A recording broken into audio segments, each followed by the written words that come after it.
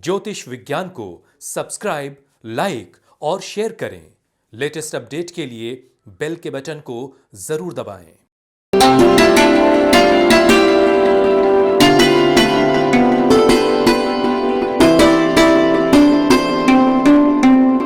नमस्कार, मैं पंडित सुधाकर दुबे आप सभी का बहुत बहुत स्वागत अभिनंदन करता हूं आपके अपने बेहद खास कार्यक्रम ज्योतिष विज्ञान में।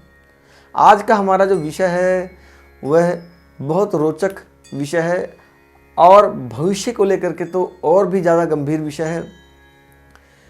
ज़्यादातर क्या होता है, हम लोग अपने परिवार बच्चों को लेकर के बहुत मानसिक तनाव में रहते हैं, उनके विषय में बहुत सोचते हैं, क्या जीवन में आगे कुछ करेगा या नहीं करेगा ये अलग बात है, किंतु एक मानसिक तनाव इसका बना ही रहता है। मेरा बेटा डॉक्टर बन पाएगा, वकील बन पाएगा, एक अच्छा इंजीनियर बन पाएगा, क्या भविष्य में वह आर्थिक रूप से इतना मजबूत होगा कि हमारा भरण पोषण कर पाएगा, नहीं भी कर पाएगा तो क्या वह अपने बच्चों का भरण पोषण कर पाएगा।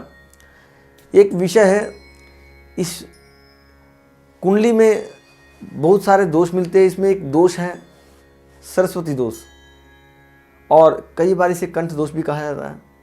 यदि किसी की कुंडली में दोष है तो कई बार देखने को मिलता है, साथ ही साथ विद्या के उनका स्वभाव भी ऐसा होता है, वह कई लोगों से बनाते नहीं हैं, उनकी मित्रता ज़्यादा लंबी चलती नहीं है, टिकती नहीं है, किसी के साथ कुछ समय बाद ही बिगड़ जाती है, या फिर किसी से बोलना पसंद नहीं करते, और यदि बोलते हैं तो हमेशा झगड़े के रूप में, एक अधिकार सा दे करके कि झगड़ा करना शुरू कर देंगे, किसी भी बात पे, छोटी छोटी बात पे चिढ़ जाना। तो ये है सरस्वती दोष।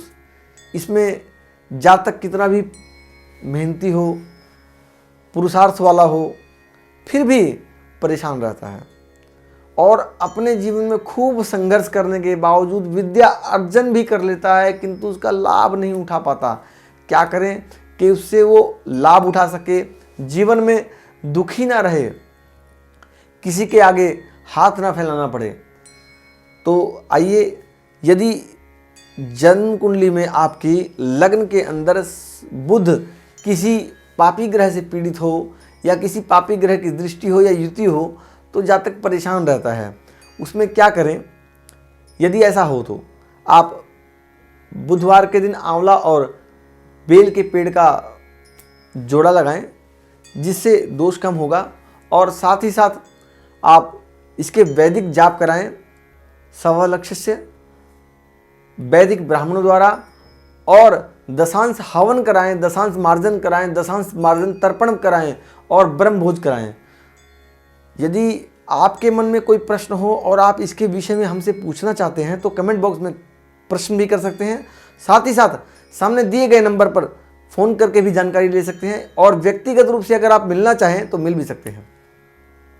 आपको पूरी जानकारी दी जाएगी, और किसी अच्छे ज्योतिषी से परामर्श करने के बाद ही आप इस कर्मकांड पद्धति पर आगे बढ़ें, ताकि आपकी समस्या का पूर्ण रूप से समाधान हो सके और आप परेशान रहें।